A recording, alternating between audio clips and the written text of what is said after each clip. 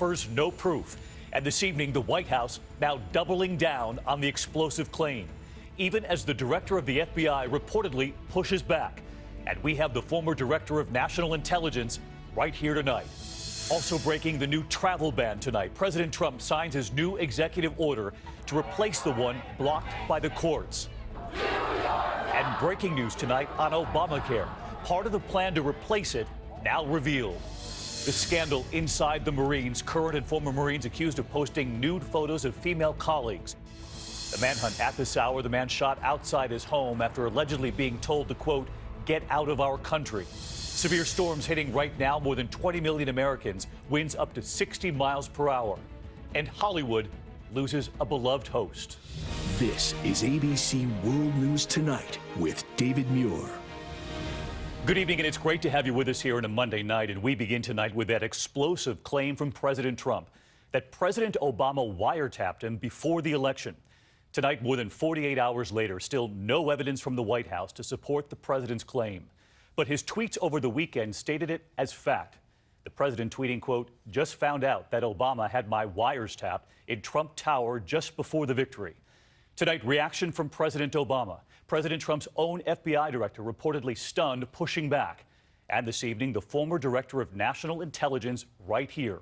Was there a wiretap? We begin with ABC's chief investigative correspondent, Brian Ross. There is still no proof tonight, none, to back up President Trump's Twitter claims that the FBI bugged Trump Tower on orders of President Obama. Still, the White House press secretary, Sean Spicer, today seemed to double down on the unfounded assertions in an off-camera briefing. There's no question that something happened. The question is it surveillance? Is it a wiretap or whatever? But the president's tweets from the private Palm Beach club he calls the Winter White House were unequivocal, stated as a fact, not a question. Terrible. Just found out that Obama had my wires tapped in Trump Tower just before the victory. Nothing found. This is McCarthyism. That was followed by 3 more presidential outbursts taking on President Obama and misspelling tap. How low has President Obama gone to tap my phones during the very sacred election process? This is Nixon Watergate, bad or sick guy. Today, the U.S. intelligence community did its own doubling down to refute the president, with senior FBI officials encouraging the former director of national intelligence to speak out. There was no wiretap against Trump Tower during the campaign conducted by any part of the national intelligence community. None at all. None at all. And James Clapper, who served under President Obama, says President Trump could have found that out for himself with one phone call. I think the Department of Justice probably could clear this up in a heartbeat.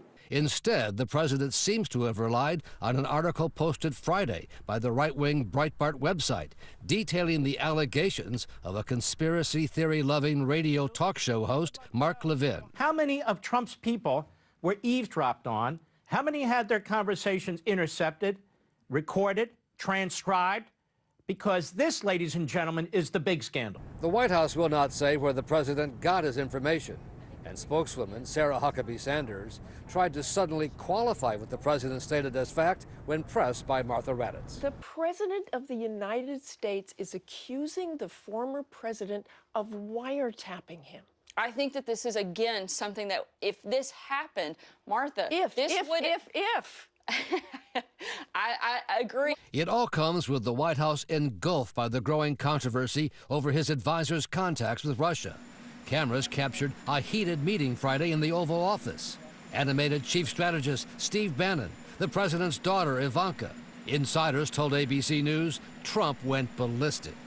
As for President Barack Obama, he seemed unfazed by the Trump Twitter attacks, getting a round of applause as he and Mrs. Obama arrived at the National Gallery of Art in Washington over the weekend. His spokesman says the allegations from President Trump are completely false. So let's go live to Brian Ross at the Justice Department tonight. And Brian, more than 48 hours now with no proof from this White House? That's right, David, and it's a familiar story with Donald Trump. He spent years fueling a right-wing theory that Barack Obama was not an American citizen. No proof. More recently, he claimed 3 million people voted illegally against him. No proof. And now this Twitter claim about the FBI and wiretapping, once again, David, no proof. But Brian, the White House was asked today, after these tweets on Saturday, did the president simply reach out? Did he call the FBI director? Well, Press Secretary Sean Spicer says to the best of his knowledge, he did not, David. Brian Ross leading us off tonight from the Justice Department. Brian, thank you. So we have now heard from the former Director of National Intelligence, James Clapper, right here tonight. Now we turn to FBI Director James Comey, who of course now reports to President Trump. Sources telling ABC News that Comey has asked the Justice Department to speak out, to reject President Trump's claim. ABC senior justice correspondent Pierre Thomas on the FBI director now at odds with the president he serves. Tonight, that stunning request. FBI Director James Comey asking that the Justice Department publicly refute President Trump's wiretapping claim. Does President Trump accept the FBI director's denial? You know, I don't think he does, George. So far, no answer from the Justice Department. Matters complicated because Attorney General Jeff Sessions just recused himself from any investigations tied to the 2016 campaign. Since I had involvement with the campaign, I should not be involved in any campaign investigation. Sources say the FBI director is deeply concerned that Trump's allegation is not only false, but suggests that the FBI acted improperly and pursued a politically motivated investigation. Oh, and there's... As a result, this moment... He's become more famous than me. Trump all but embracing the FBI director feels light years away, with Comey now at odds with the administration.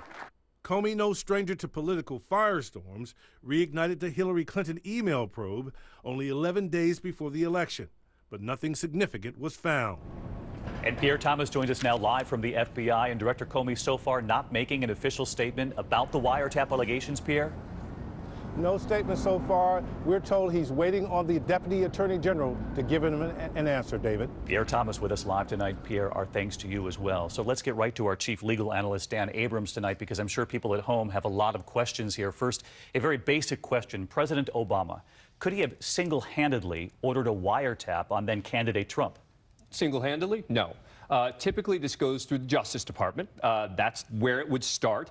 And in a case like this, you'd be talking about also going to a secret court, the FISA court, which would mean that a judge would also have to sign off on it. So I don't see a scenario whereby President Obama could have done this by himself. So we saw the report out there today, President Trump saying he's confident he'll be proven right. Is there any scenario where this wiretapping could have occurred that we just haven't hit on yet? I don't think so. When you get the sort of denials that we're getting. I mean, James Clapper, the former director of national intelligence, you heard him there saying there was no wiretap against Trump Tower during the campaign conducted by any part of the national intelligence community.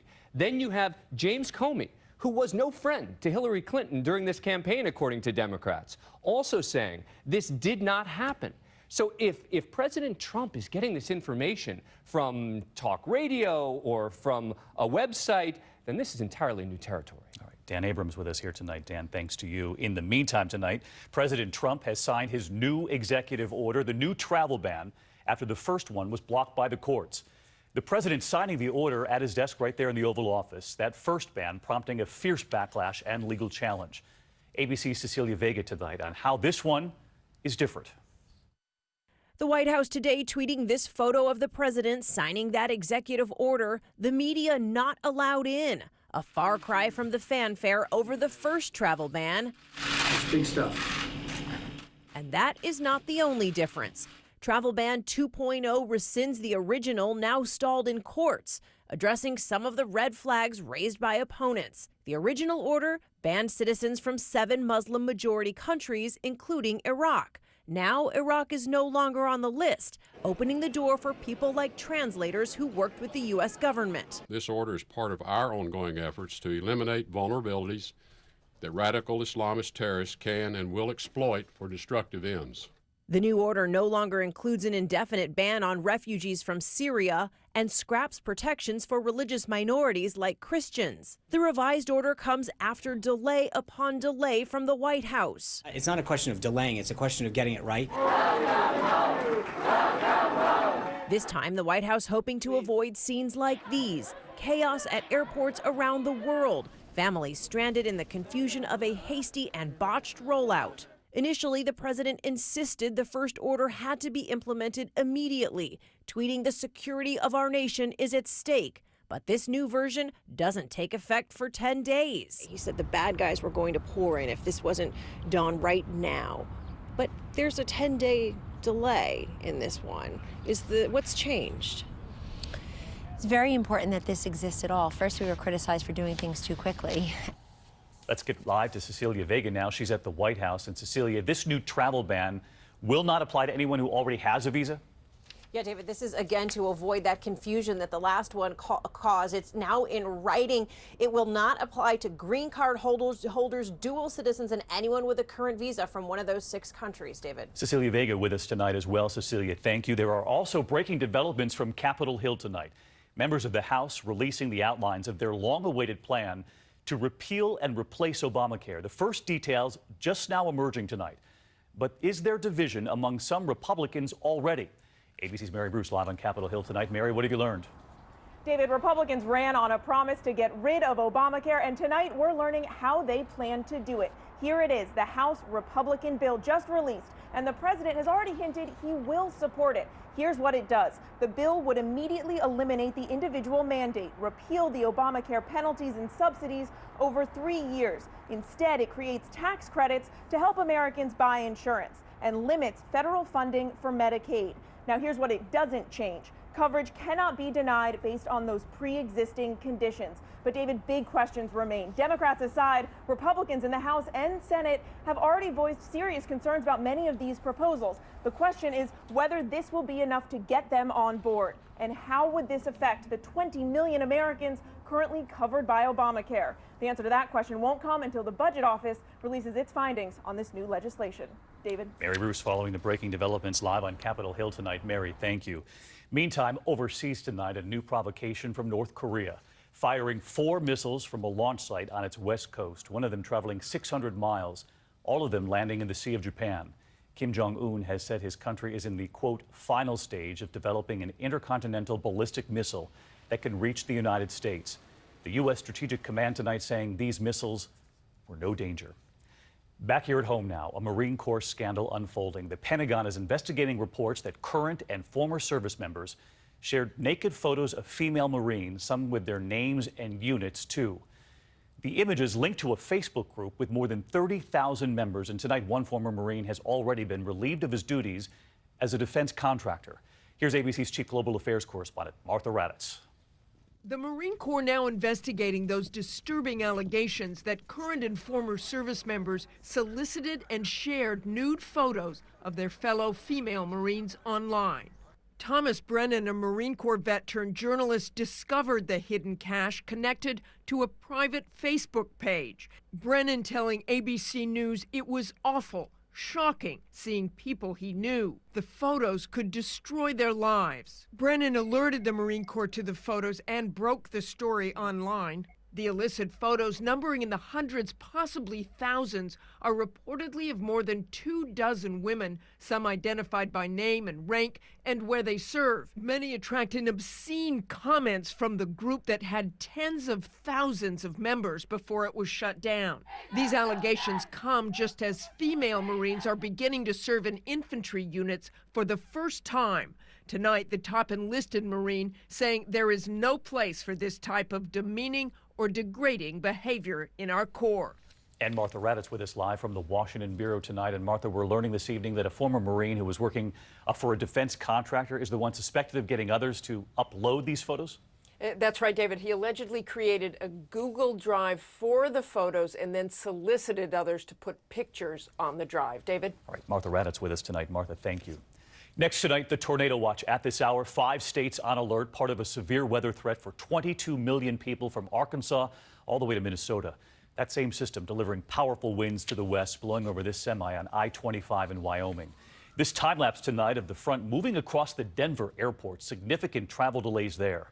And wind-driven wildfires in the plains we're tracking. This one near Stillwater, Oklahoma tonight. So let's get right to Chief Meteorologist Ginger Z. She's tracking this for us. Ginger?